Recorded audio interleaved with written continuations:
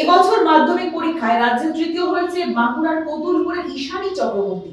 সরোজবাসিনী high স্কুলের ছাত্র সে। ঈশানী প্রাপ্ত নম্বর 693।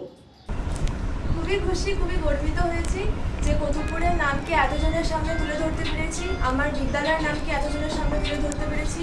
মা বাবা, শিক্ষক শিক্ষিকাদের, স্কুল টিচার, প্রাইভেট টিউটরদের আশা পূরণ করতে পেরেছি। খুবই গর্বিত। কতক্ষণ পড়াশোনা করতে? তার কোনো নির্দিষ্ট নিয়ম থাকেনি। আমি প্রতিদিন টপিক ঠিক করে নিতাম যে এগুলো পড়তে হবে, সেটা পড়ার জন্য যতক্ষণ লাগতো ততক্ষণই পড়তাম।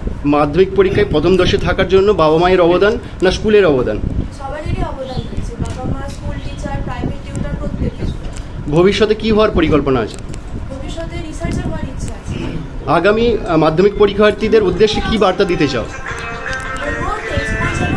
পড়ে এবং কনসেপ্ট যেন ক্লিয়ার করে এবং প্রত্যেকটা প্রশ্নে যত মার্কস ঠিক তত অনুযায়ী সেই লেন্থ অনুযায়ী যেন উত্তর লেখে, বাড়তি যেন না লেখে। কনসেপ্ট খুব ভালোভাবে ক্লিয়ার করতে হবে প্রত্যেকটা প্রশ্নে। তোমার বাবা মায়ের প্রফেশনটা যদি একটু বলেন। আমার বাবা স্কুল টিচার ছিলেন এবং মাও হচ্ছে স্কুল টিচার।